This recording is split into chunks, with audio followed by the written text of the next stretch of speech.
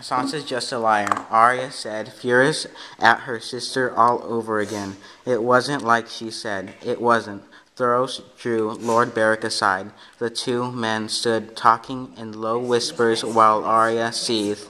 They have to kill him. I prayed for him to die, hundreds and hundreds of times. Beric Dondarrion turned back to the Hound. You stand accused of murder, but no one here knows the truth or falsehood of the charge, so it is not for us to judge you. Only the Lord of Light may do that now. I sentence you to trial by battle. The Hound frowned suspiciously, as if he did not trust his ears. Are you a fool or a madman? Neither. I am just a lord.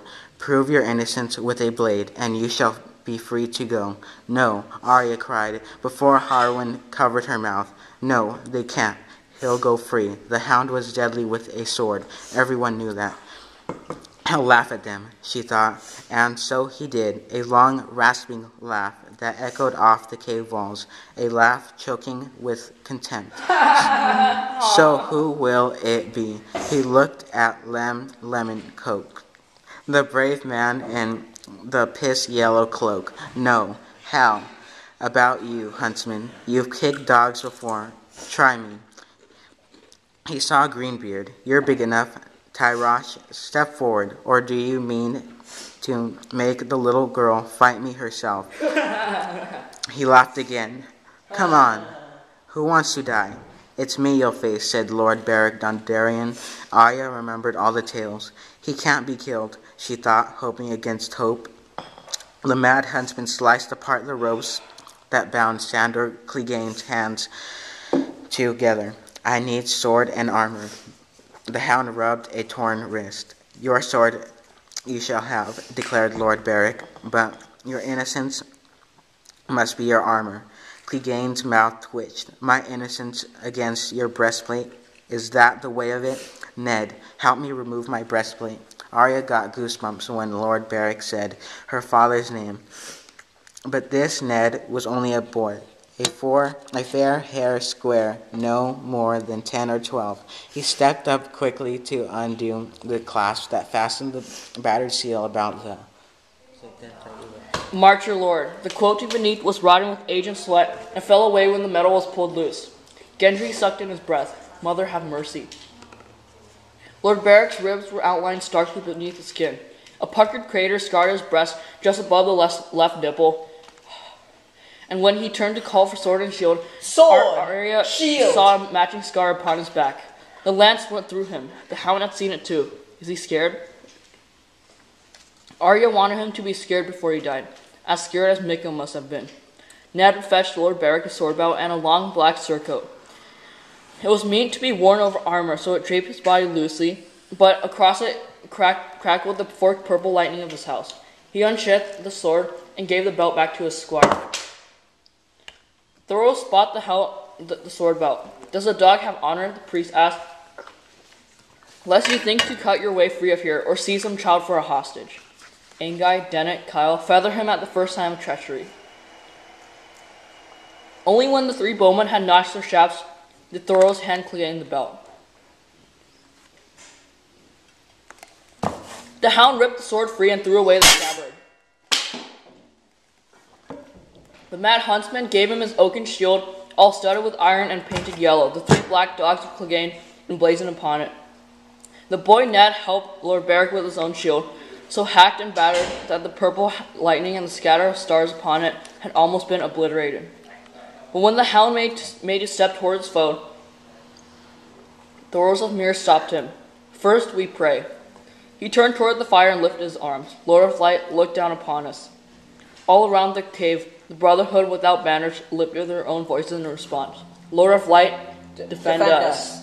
Lord of Light, protect us in the darkness. Lord of Light, shine your face upon us. Light your flame among us, R'hllor, said the Red Priest. Show us the truth or falseness of this man. Strike him down if he is guilty, and give him strength to his sword if he is true. Lord of Light, give us wisdom. For the night is dark, the others chanted, Harwin and Angai as loud as the rest. And full of terrors. This cave is dark too, said the Hound, but I'm the terror here. I hope your god's sweet one, Dondarrion. You're going to meet him shortly. Unsmiling, Lord Beric laid the edge of his longsword against the palm of his left hand and drew it slowly down. Blood ran dark from the gash he made and washed over the steel, and then the sword took fire. Arya heard Gendry whisper a prayer. "Burn in 7 hells," the Hound cursed. "You and Thoros too." He threw a glance at the Red Priest. "When I'm done with him, you'll be next, Mir."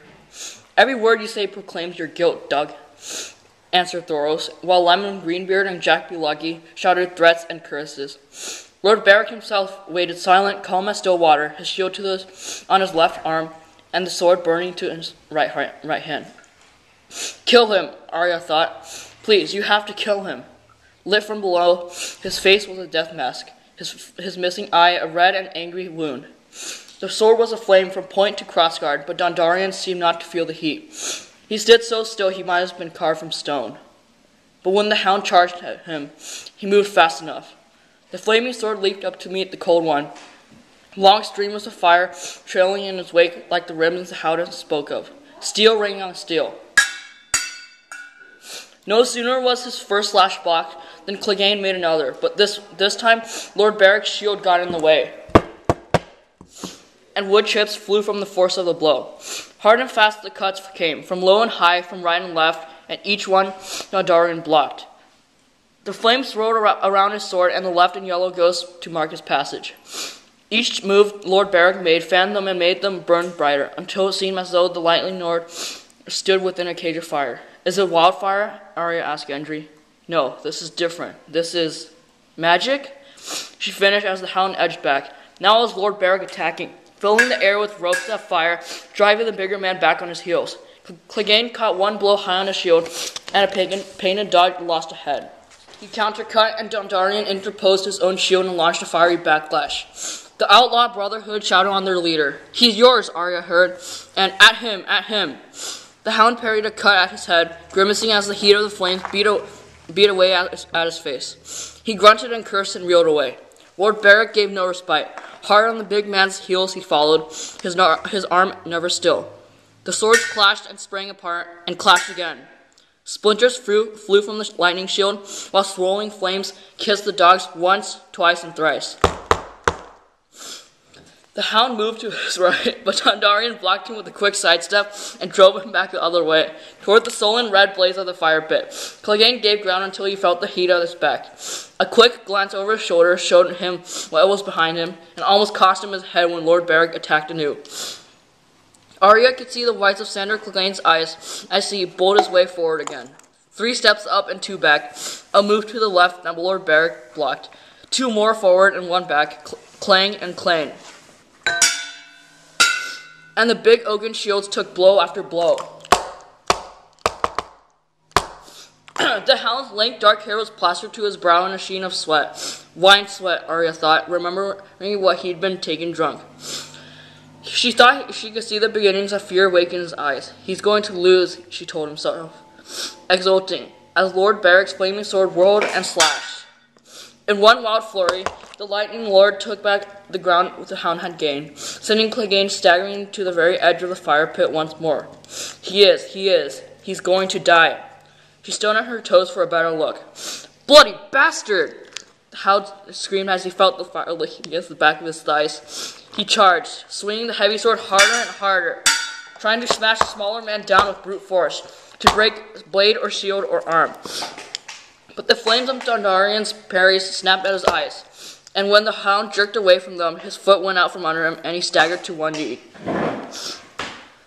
At once Lord Beric closed, his downcut screaming through the air like pennants of fire.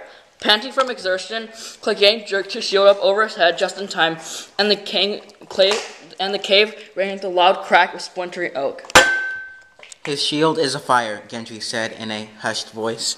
Arya saw it in the same instant. The flames are spread across, and the chipped yellow paint and the 3 black dogs were engulfed. Sandor Clegane had fought his way back to his fleet with a reckless counterattack.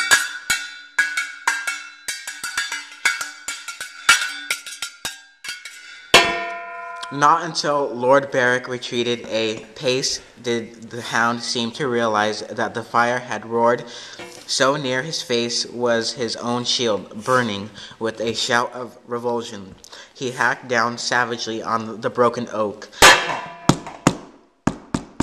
completing its destruction. The shield shattered, one piece of it spinning away, still afire, while the other clung stubbornly to his forearm. His efforts to flee himself only fanned the flames. His sleeve caught, and now his whole left arm was ablaze. "Finish him," Greenbeard urged Lord Beric, and the other voices took up the chant of Guilty! And Guilty! Arya shouted with the rest, Guilty! Guilty! Kill him! Guilty! Smooth as summer silk, Lord Beric slid close to make an end of the man before him. The hound gave a rasping scream, raised his sword in both hands, and brought it crushing down with all of his strength. Lord Beric blocked the cut easily. No! Arya shrieked, but the burning sword snapped in two, and Hound's cold steel plowed into Lord Beric's flesh, where his shoulder joined his neck and clove him clean down to the breastbone. The blood came rushing out in a hot black gush. Sandor Clegane jerked backwards, still burning. He ripped the remnants of his shield off and flung them away with a curse. Fuck!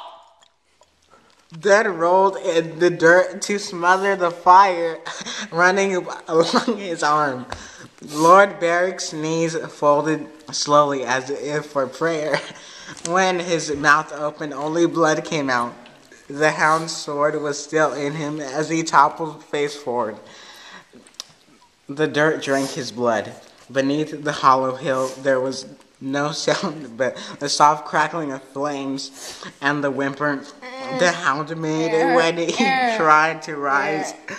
Arya could only think of Micah and all the stupid prayers he'd prayed for Hound to die. If there were gods, why didn't Lord Beric win? She knew the hound was guilty. Please, Sandor Clegane rasped, craning his arm. I'm burned. Help me. Someone help me. He was crying. Please. Arya looked at him in astonishment. He's crying like a little baby, she thought. Melly, see to his burns, said Thoros. Lem, Jack, help me with Lord Beric. Ned, you best come too. The Red Priest wrenched the hound sword from the body of his fallen lord and thrust the point down into the blood-soaked earth. Lem slid his big hands under Dondarrion's arms, while Jack Be Lucky took his feet. They carried him around the fire pit into the darkness of one of the tunnels. Thoros and the boy Ned followed after. The mad husband spat. I say we take him back to Stony Sept and put him in a crow cage. Yes, Arya said. He murdered Micah. He did. Such an angry squirrel, murmured Greenbeard. Harwin sighed. R'hllor has judged him innocent. Who's R'hllor? She couldn't even say it. The Lord of Light. Thoros had taught us. She didn't care what Thoros had taught them. She yanked Greenbeard's dagger from its sheath and spun away before he could catch her. Grendy made a grab for her as well, but she had always been too fast for Grendy. Tom Semonstrinks and some women were helping the hound to his feet. The side of his arm shocked her speechless. There was a strip of pink where the leather strap had clubbed, but above and below the flesh was cracked and red from bleeding from elbow to wrist. When his eyes met hers, his mouth twitched. You want me dead that bad? Then do it, wolf girl. Shove it in. It's cleaner than fire. Clegane tried to stand, but as he moved, the piece of burned flesh slouched right off his arm, and his knees went out from under him. Tom caught him by his good arm and held him up. His arm, Harry thought, and his face. But he was the hound. He deserved to burn in the fiery hell. The knife felt heavy in her hand. She gripped it tighter. You killed Micah, she said more than once, daring him to deny it. Tell them you did. You did. I did, his whole face twisted. I rode him down and cut him in half and left. I watched them beat at your sister, bloody too. Watched them cut your father's head off. Lem grabbed her wrists and twisted, wrenching the dagger away. She kicked at him, but he would not give it back. You go to hell, Hound, she screamed at Sandor Clegane in helpless, empty-handed rage. You just go to hell. He has, said a voice scarce stronger than a whisper. When Arya turned, Lord Beric Dondarrion was standing behind her, his bloody hand clutching Thoros by the shoulder.